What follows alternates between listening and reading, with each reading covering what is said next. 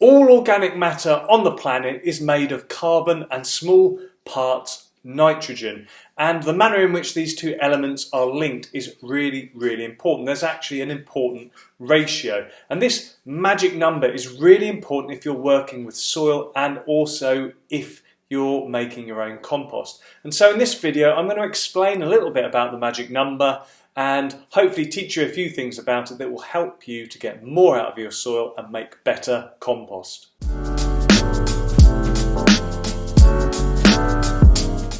So, as I explained, all organic materials are made of carbon and small amounts of nitrogen, and the amounts of these two in proportion to each other is referred to as the C and N ratio. And this is really important if you are growing crops and plants, as the organisms that are responsible for breaking down materials in the soil or in our compost, they need the carbon to live and to work, and they need the nitrogen to provide them with the proteins that they need to function as well. Now in soil, the optimum figure, this ratio, is somewhere around the 10:1 mark.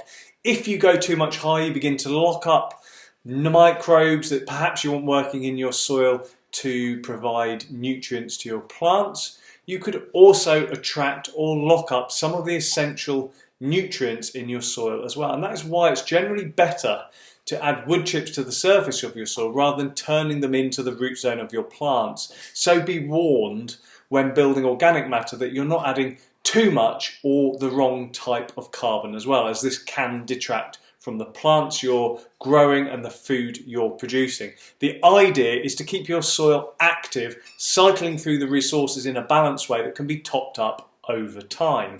Now, to achieve the best compost, you can work with a ratio somewhere between 20 to 30 parts carbon to 1 part nitrogen. And this seems hugely skewed in favour of carbon, but you do need to remember that the materials you add to your compost have different bulk densities, and so you'll need to consider this when you're adding them to your compost pile. Moisture will also affect this too. If you get it wrong, your compost heap will either stop working if there's too much carbon in it, or it could become too hot, use up all the available oxygen and become anaerobic or even quite smelly.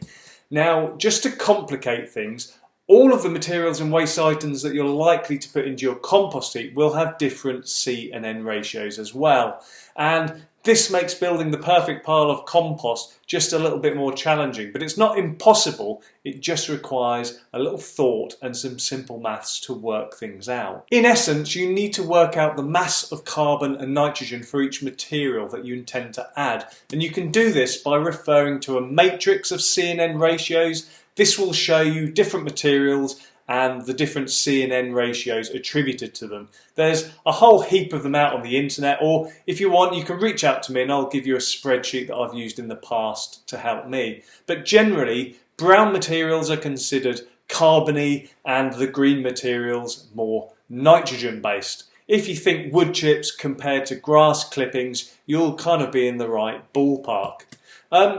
Now, once you have the guide values, you can apply this to your chosen materials by dividing the mass, and you might need to work this out by multiplying the volume by the material bulk density, especially if you're composting at scale, and this should give you the ratio and the amount of carbon and nitrogen. So I'll give you an example here. If I had a material with a C and N ratio of 25:1, and I had 100 kilograms of it, the value that I would use to add to my compost heap construction would be 100 divided by 25, and this will give me my N value. So I'll roughly be adding, for every 100 kilograms of carbon, I'll be adding approximately 4 kilograms of nitrogen. And now where it gets interesting is when you start building up multiple materials with different C and N ratios. If I added a material, if I added 50 kilograms of a material with a C and N ratio of 10:1, this would give me 50 divided by 10, which equals 5 kilograms of nitrogen for every 50 kilograms of carbon. So if I added this to my 100 kilograms of material that I had at the start, which had a C and N ratio of 25:1, I would have 100 plus 50 kilograms, 150 kilograms of carbon, and 4 plus 5, 9 kilograms of nitrogen. And my C and N ratio will become 150 to 9, which if I kind of work that down, that would actually be a C and N ratio of 17 to 1. In actual fact, it's something like 16.6. If you practice making compost in this way and calculating your heap's C and N value at construction, you will soon find that you get closer to achieving a better quality compost more often than not. And you will still need to manage your compost process, so that means turning it to keep the oxygen going in, adding water to stop it getting too dry, but you will be rewarded by a product that's much more balanced, both nutritionally and biologically, which is crucial when you're looking to build organic matter and enhance your soil where you grow your precious food. So there we go, just a short intro video into the idea of carbon and nitrogen ratios. I hope you found it useful. If you did, please give the video a like, that helps me, and consider subscribing to the channel if you like videos that show you how to do things with soil, that teach you stuff that will enable you to grow healthier, tastier food without the use of artificial products. Please see the links in the description below